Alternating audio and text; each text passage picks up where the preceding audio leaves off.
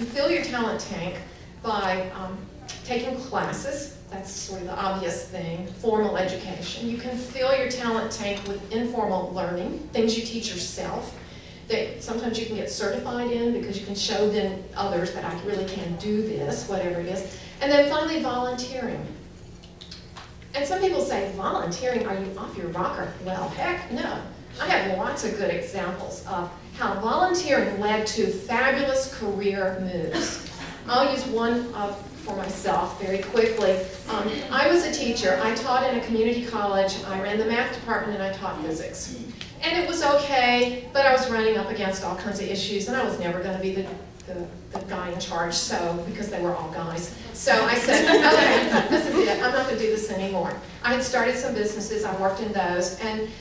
But part of what I was doing, that was the career side. What I was doing in the volunteer side was I was getting very involved in my community. I formed a neighborhood association. I was the president. We fought City Hall literally. We fought a zoning board literally. I was the spokesperson. I was 28 years old. I'd never done this in my life.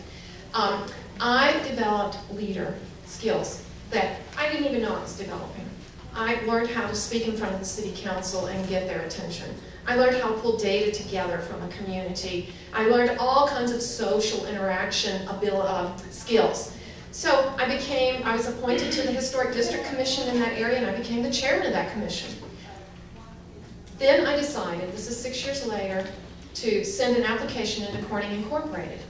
I just happened to put on the bottom of my resume, because I had a little bit of space left, volunteer activities. And the one I put, one of the ones I chose to put down was Chairman Historic District Commission. I got hired. There were 20 of us in contention for this job. It was a brand new position. I got hired. Didn't know why. 3 months later, over drinks with the hiring manager, I say, why me?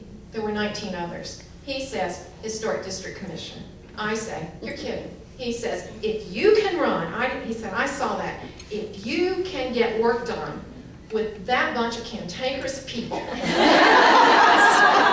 can do this job with ease. And he was right. It turned out those were the skills. So I leave you with my sheet of paper, all the extra little things I've listed here. Get rid of self-doubt. Think about renewing yourself in this day and age, and be optimistic. The one thing I leave you with is be optimistic. Every morning before I brush my teeth, I count 3 blessings. I'm smiling while I brush my teeth. Every night before I go to bed, I count 3 blessings. I go to bed with a smile on my face. Try it. It works.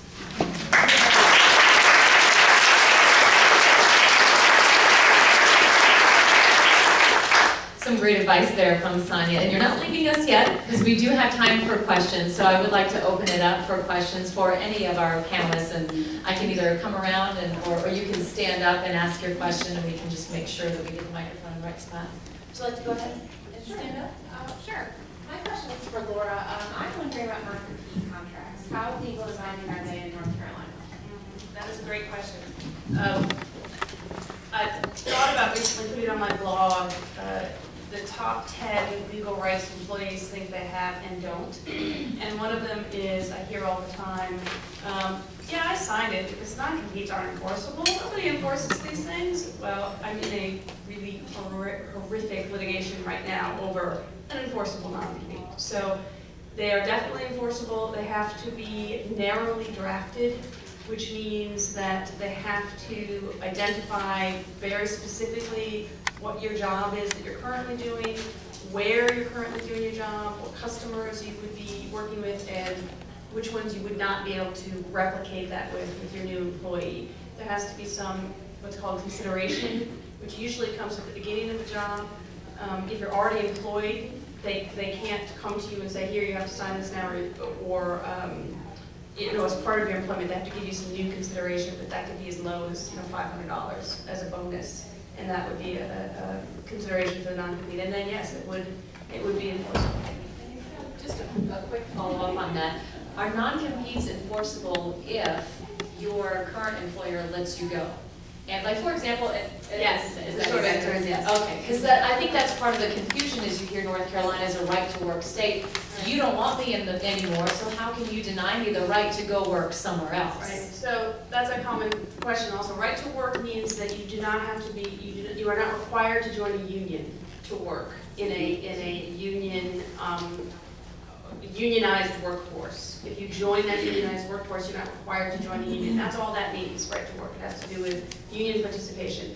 The more important categorization for everybody's purposes is that we're an employment at will state, which means that an employer can fire you for any reason at all, even a bad reason, even one that reflects poor management. They can fire you because they don't like green striped shirts, or they don't like your politics, or they don't like what TV shows you watch. All real reasons that people have been fired, by the way, that I've talked to. Except for your shirt. Except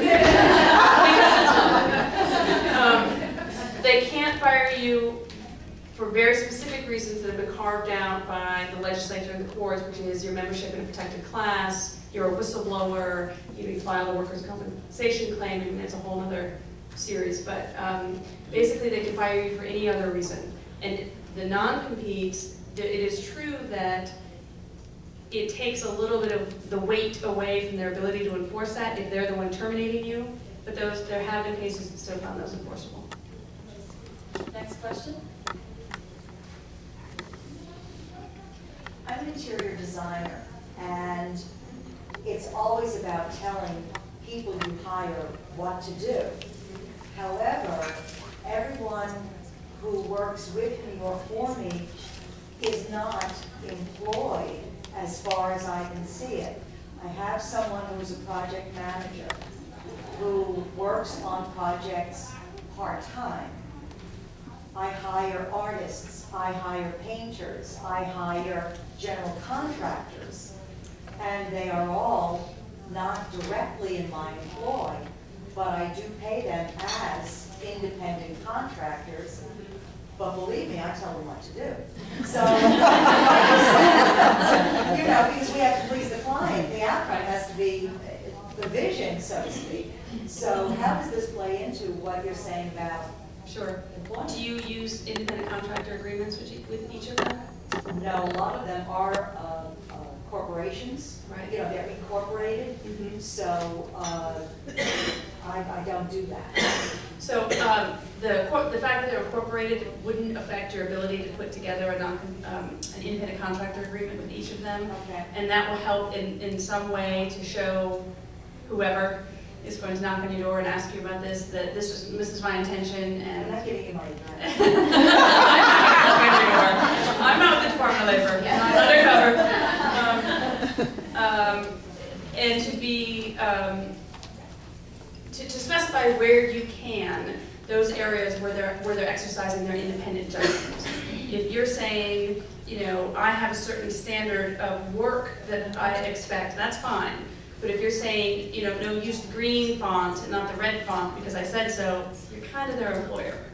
So it's very fact specific, and you have to dig through it. But start by looking at putting together an agreement with each of them. Someone have another question? I do have. Okay. I just want to clarify. If we talk about salaries, we can only talk about our own salary, not someone else's. Especially people who are in HR cannot communicate. Oh, I know what Diane's salary is, and I know what Laura's salary is, and all that. But if we put in a concerted effort, if we want to talk about our own, if the two of us get together and we talk about how much we make, that's okay. And I just wanted to clarify. So thank you for that. And I also should have said this, and my lawyer friends would chastise me for this. Nothing that I'm saying right now should be considered by anyone as individual legal advice. That's the fine print. Or the very fast talk at the end of the practice carrier is like, so. The APR is But in a general response to your question, that is the case. So there are confidentiality requirements and privacy requirements, but most of those are internal policies that are going to be difficult for an individual to bring an action against you because of you disclose their salary.